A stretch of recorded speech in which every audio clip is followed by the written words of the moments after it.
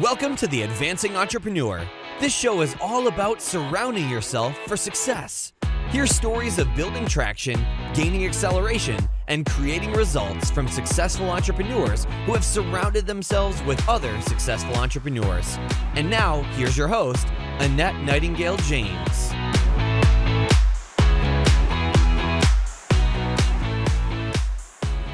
Hello, Advancing Entrepreneurs. Annette James back here with another show of the Advancing Entrepreneur, where we equip you for traction, acceleration, and results in your business.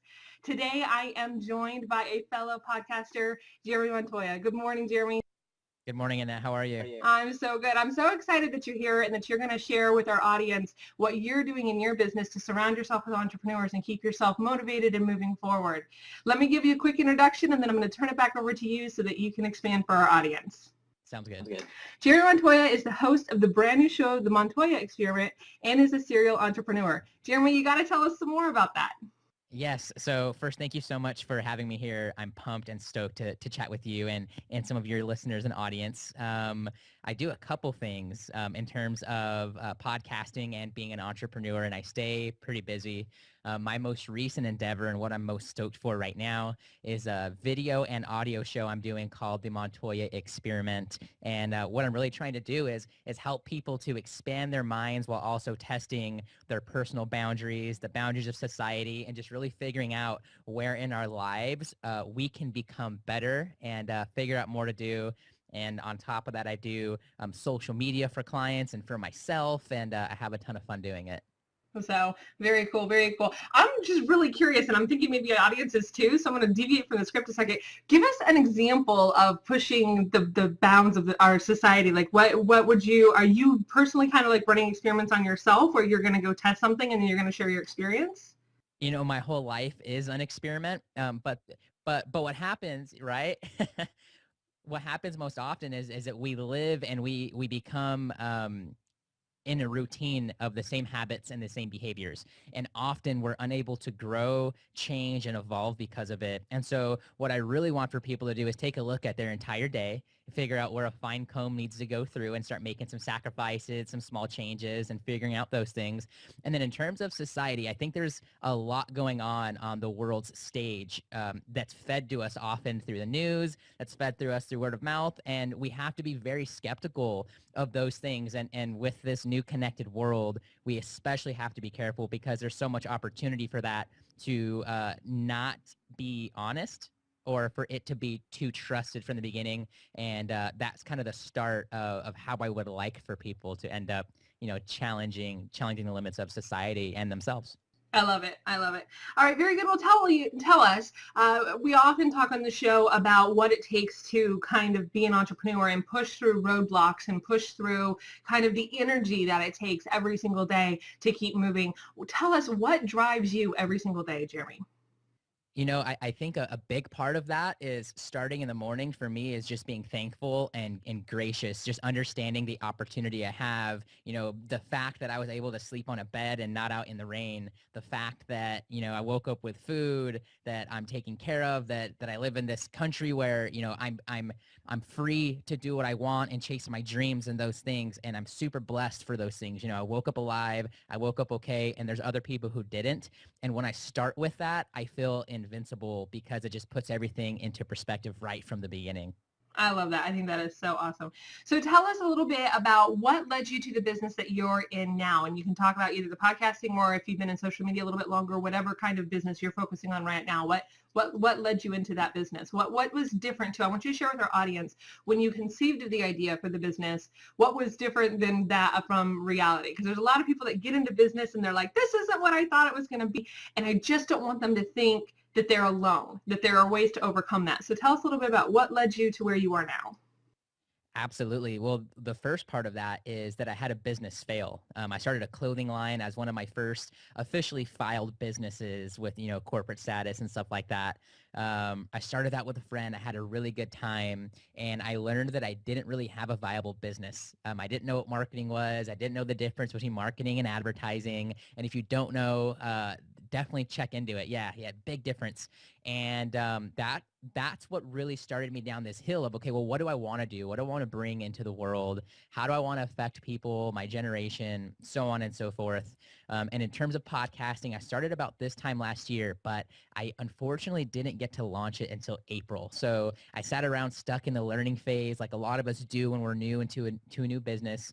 And I wanted to build an audience. And since then, I've been trying things out, experimenting, which is really why, experiment is the best word for what I do, because I'm constantly evolving, constantly trying new things, constantly just testing and figuring things out. And, you know, by podcasting and just by having a podcast in the store or having likes and retweets and followers on Facebook or whatever, that stuff unfortunately doesn't pay the bills. And when you go into the online space and start learning from others, it's not that they preach that, but it looks like that on the from the public facade. It looks like having tons of followers and those things really fuels their business, but it's not. And that looks a lot different. That looks like a lot of planning, a lot of strategizing, a lot of figuring out what problems people have, and going through this endeavor over the last few years and having a business fail because I wasn't solving a problem is what really, really started for me to, try to find a way to solve that problem and try to bring a message into the world. So very good. Well, I love the fact that you shared with our audience things that didn't go well. It's easy for us to always want to talk about what is going well. Oh, yeah. How many Facebook followers we have, because that can be viewed as a win or whatever. So I love the fact that you were transparent with our audience today. I want you to share with them now, Jeremy, what is it that you do to surround yourself with other advancing entrepreneurs? Because that's really can be a point of filling yourself up, right? Of getting that energy, of getting that boost every day, or, however often you get together with them. So what are you doing to surround yourself with other entrepreneurs so that you can kind of feed off of them as well? It's not always easy. I'll be the first to tell you that. I'm 24, so if you can imagine, most people my age aren't into solving problems, bringing a ton of value to the world, trying to change the world or their own world, let alone. So it does make it tough, but there are a few things I do strategically. One of those is I listen to shows like The Advancing Entrepreneur. That way I can, I can digitally surround myself with people, whether it's just Annette chatting or Annette and her guest. I can go and whatever podcast, I can be surrounded by that person for, however long the episode is. So if I'm listening to a podcast in the car, it might be an hour, and there's an hour I spent. I feel like I know the host. I feel like I become familiar with them. It's a really intimate experience. And on top of that, I also make an effort to distance myself from influences, people or not, that aren't good for me. So I watch minimal amounts of TV, consume minimal amounts of news, am always trying to be the example. If I want my friends and my social circle to follow in my steps, or at least understand that they don't have to work 40 hours a week to pay the bills, then I need to be showing them how to do those things through my actions. And I'm finding, especially as I'm getting older, more and more of my friends are falling into the same interest, wanting to start a business at least and curious about it. And I get to be there to show them those ropes and, show them some of the resources that I use. So I love that. I love that. So tell me, as a 24-year-old, you've already had a business that failed. You have a social media business. You're working on the podcast. I'm going to jump off the normal. Where did you learn, or what did you have a mentor or some kind of inspiration that first taught you how important it was to protect yourself from those negative influences, or what kind of opened your eyes to that? I would say there's probably a lot of 34 and 44-year-olds that haven't quite figured that out. So that's impressive. I'm finding more that age is a mindset. Just to kind of tail on that, I know 24-year-olds that are 70 at heart, and I know 24-year-olds that are 14 at heart, and not that they're any better or I'm any better than the other, but it's truly a mindset, and what you hold up here. Age is just a number. Yeah. In terms of mentors, the first thing that came to mind, I definitely have a ton of mentors and a ton of people. Watching my dad wake up at 5 every day, run his own tile business. He did flooring. Seeing that grind, I think that had to have done it, because I've been an entrepreneur since as far back as I can remember, like selling Pokemon cards and yo-yos or doing grip tape on people's skateboards when I was a little bit younger. I've just continually found ways to not necessarily make money, but to either solve a problem or put myself in a better position. And I saw my mom go back to school when I was 7 or 8. She went for cosmetology. She was an esthetician, ended up starting her own business and being an entrepreneur in her own way. And, those things really propel me. As far as the surrounding yourself, I think it's just a natural reaction I get because I feed off energy, good and bad, unfortunately. And, you are who you're around. So it's very important to be selective with those people. So if our audience doesn't know, I'm going to guess, Jerry, that you already know this just from our conversation here. You are literally the average of the 5 people I spend time with. Now, that's a famous success quote by Jim Rohn that's thrown around a lot, but they have done social experiments where you have the average income of your 5 closest friends. You have average, whatever, of the people that you spend. And the first time I heard that it was like real, I was like, oh, I think I have to upgrade. Oh yeah. Think about like your IQ. You're the average of the 5 people around you. So if you're around amazing, intelligent people who see opportunity in everything, people who just see the world in a different way, that's going to rub off on you. It's all about proximity. Absolutely. So I love that. And I want to circle back around really quickly to what you said about it's not just about surrounding yourself with positive energy, whether it's through the podcast or, inspirational videos or whatever the things that we do to pump ourselves up every day and, at home or in our office. It's also about eliminating the negative. That can be even more important. So because just like good is always kind of fleeting and bad tends to stick with us longer. So most definitely. I really appreciate you bringing that up to the audience, that it's more important almost to cut off those negative and to limit yourself to what you have to put up with from the news and things like that. Absolutely. And just on that real quick, one of the things that will put it into perspective is that you can't have bad or you can't have good without the bad. And there's always this balance going on, right? Like if everything was always good in our lives, we wouldn't appreciate it because it would just be normal. And so it's also kind of the perspective of you have to go through the bad to get to the good and vice versa. But life tends to be about 50-50 depending on your observation or your kind of outlook on life. So I think that there is something good to say about negative energy, but there is something to be said about just filling your cup up with what you need. Exactly. Very good. Well, Jerry, take us to a moment in time when you kind of had that light bulb moment or that aha moment where you're like, this is it. This is what I'm going to do. Or maybe it was about, I have to start minimizing my time around those negative influences. What would you talk about as kind of a turning point for you when you were able to pivot and start choosing to surround yourself with the positive influences that you needed to move forward? There's a lot of them, and most of them are pretty personal experiences. I lost my mom a few years back to brain cancer, unfortunately, so it put time in the perspective. It put in the perspective that I may not live to 100 or I might live to 100, one or the other. So I can choose to live with those two extremes in my head. The other part is just, we only have this one experience here in life, and I want to make sure I'm making the most out of it. So one of the aha moments, I'll share maybe one of my most recent ones, and that'll help out a little bit. I wake up usually around 8:30, 9 o'clock. I run my own schedule, because I have clients and I have a team around it. I'm able to have a little bit more freedom, and that leaves opportunity to be taken advantage of. I woke up the other day super early. I needed to clean my house so that we could take some pictures of it and do some stuff here. I had a buddy coming over, and I got more done that morning. It was just last week. I got more done that morning than I had in like the last week and a half.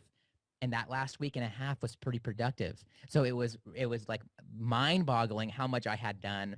I went a couple days, didn't really revisit it, and I had a talk with a friend, and we just talked about how 5 a.m., people who wake up early are the people who they know the secrets to success. They know how to get more done before people are up, before the noise starts in their own head, in their inbox, in social media, in the news. And there's something powerful to be said about being selective about how you spend that time. And so I've committed myself now, even publicly, to waking up at 5 a.m. Monday through Friday so that I can get more done, so I can take care of me, so that I can start before the noise starts, and so that I can continue to be, as productive and diligent and happy, in the long run as possible. So that's one of my most recent ahas that's been affecting me a ton. I love what you said, that before the noise starts. I think that is a great quote. I don't know if that's an original. I think you should take credit for it because I've never heard it, but before the noise. You know, I've never heard it, nor have I said it. So we'll take dual credit for that. How about that? Yes, I think you have to take it. This is like an original Jerry Montoya now. You can I use like it. the photo editing software for your Facebook page where it's like a quote and it's a quote by you now. So. I'm hopping on Canva and I'm designing one right after this. I hope you know. There you go. I use PicMonkey. You use Canva. I know a lot of people that do. Very good. Okay, so tell us, you shared with us a little bit about the podcast. Is there any projects or anything that you're working on right now that you'd like to share with our audience so that they can follow you and see what you're up to? Absolutely. So I launched the Montoya experiment. It's something I've been working on since July, and it's evolved into this experiment and this thing I want to continue to grow with me and with my audience. And that launched on the 13th, Thursday, November 13th, just the other day. And when I was having these revelations about waking up early and trying to change my day and go through my day with a fine comb, figure out where the holes are, I decided when I was going to start waking up that to hold myself accountable, I would record and sit down here first thing at 5 a.m. And I would just share what was on my mind or a quote or a passage from a book like I did today. And I'm doing that 5 days a week now just for fun. And that's my public accountability factor. So I call it magic hour morning. So we refer to that 5 a.m. hour as the magic hour before the noise starts, which I guess might be the tagline, right? And so that's been a huge part of I'm just enjoying being behind the mic super early for some reason. A couple friends listen to it. I'm not broadcasting it out there to the world in a big way. It's in iTunes and SoundCloud, but I'm having fun with that. But if you do want to check any of those out, visit jeremymontoya.me and you can see all the projects and blog posts. And I would love to keep in contact with with anybody listening to this right now. Awesome. Very good. I also am digging what you're talking about with the public accountability. So that's a huge part, audience, of surrounding yourself with other. That's part of the reason is if you are going to make that public profession, or Jerry, you and I were talking offline a little bit about some stuff that we've got going on. If you're going to make a profession to me, and then I'm going to come back and ask you how it's going, you're not going to want to say, well, I was watching TV and there was like a football game. You're not going to want to say that to another entrepreneur. You're going to want to be like, oh yeah, I totally kicked it. So I love the fact that you're bringing in the accountability, because that is huge part of surrounding yourself. We are literally designed and engineered to need other people. So it's absolutely essential. And that's part of the reason is accountability. Absolutely. And accountability is also a big part for me because as entrepreneurs, we will all hopefully get to a point where we're completely in charge of our schedule, we're location and financially independent. And when you're in charge of your schedule, and I've fallen into this, and I probably will again in some ways, you can take a nap when you want. You can go to lunch when you want. You can wake up when you want. And accountability is huge. And I really haven't had that structure since almost high school and that regimen. So I'm super pumped to be back in it. Yes, I love it. We can feel your energy on it too. That's awesome. All right, Jeremy. Well, now I'd like our audience to get to know you a little bit. We're going to do a little lightning round here, what I call playing favorites, so they can get to know a little bit more about you and your outlooks here. And then we're going to ask you to give us a piece of advice that you would share with your former self. But first, let's talk about playing favorites. Jeremy, tell us, what is your favorite charity? Yes, I'm so glad you asked. So I mentioned a few minutes ago that my mother passed, and she passed of brain cancer. And so you definitely have to hit up the braintumorcharity.org. That's my favorite charity. Love what they're about, and love how they're trying to impact the world. So very good. Tell us, what is your favorite quote? This one I'm pumped to share, and it's from Zig Ziglar, and it is this, and this is what I've single-handedly learned from starting businesses over and over again. You can have everything in life you want if you just help other people get what they want. Keeping the focus out, right? Instead of on ourselves. Absolutely. I love it. Tell us, what is your favorite discovery? Do you have a new app or something that you're using in your business that you want to share with our audience today? I do. I have two of them, and they both relate to time. The first discovery is Calendars 5 on iPhone. And it's a really good substitute for the calendar app that's built in, because that one tends to be a little bit basic.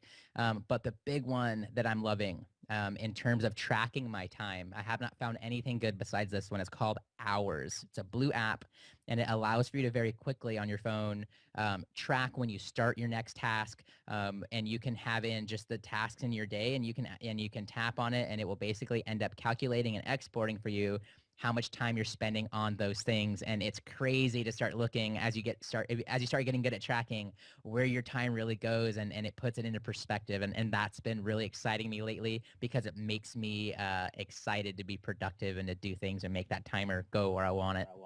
I love it. I love it. Entrepreneurs, you have to be willing to want to know where your time goes, but it's absolutely essential to taking control of your future. Oh, yeah.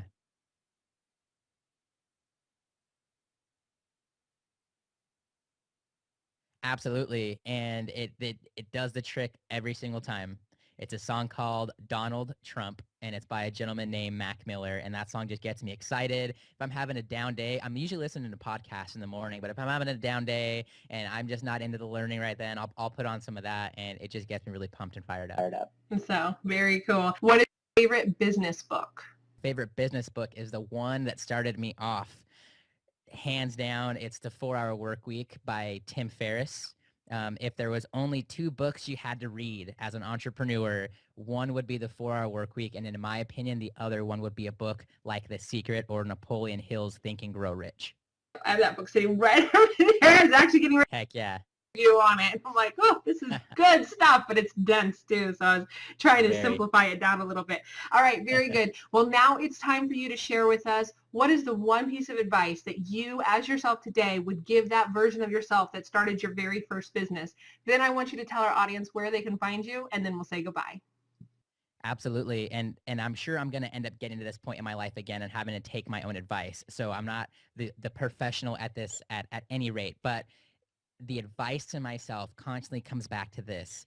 It's stop waiting to start and learning, and start doing. I spent 6 or 7 months learning how to podcast. I spent a year deciding if I wanted to start my first clothing business. And if you want to be something, go and be it. If you want to be a basketball player, go pick up a basketball and go outside and shoot some hoops. You want to be a podcaster, put your iPhone headphones on and record a track and go and put it in SoundCloud. Go share it, and you're a podcaster. And here's why that's so important. Anytime you start a business, especially in your first few, maybe your first 10, you're never going to get it right the first time. And an idea you have late at night doesn't always sound good the next morning, as does starting a business 1 year or 1 month or 1 day or week to the next. So instead of, putting your feet down and saying, here's what I'm going to do, start experimenting. And through that, you're going to find the name of your project or business. You're going to find the logo out. You're going to find who the audience is. But it's only until you start that you will gain traction. So put the learning aside and start learning by doing. I want to point out to our audience, if they have been listening for the last, month or so that we've been on the air, you are the third person to give that similar advice. Don't wait. Don't hesitate. Just start. So entrepreneurs, that's an important piece of the puzzle here too. And I want to remind everybody, if they go to iamadvancing.com, they type Jeremy into the search bar, his show note page is going to pop right up, and we're going to link to your favorite books, your favorite quote, all this information that you are sharing with us today, your recommendation that we get up early. I'm loving all of it. So Jeremy, something else we're going to put on the show notes page. Tell our audience where they can find you. Absolutely. So I'm more than pumped to meet and to chat with every single one of you on the opposite side of these earbuds or on the opposite side of this video right now. Head over to jeremymontoya.me.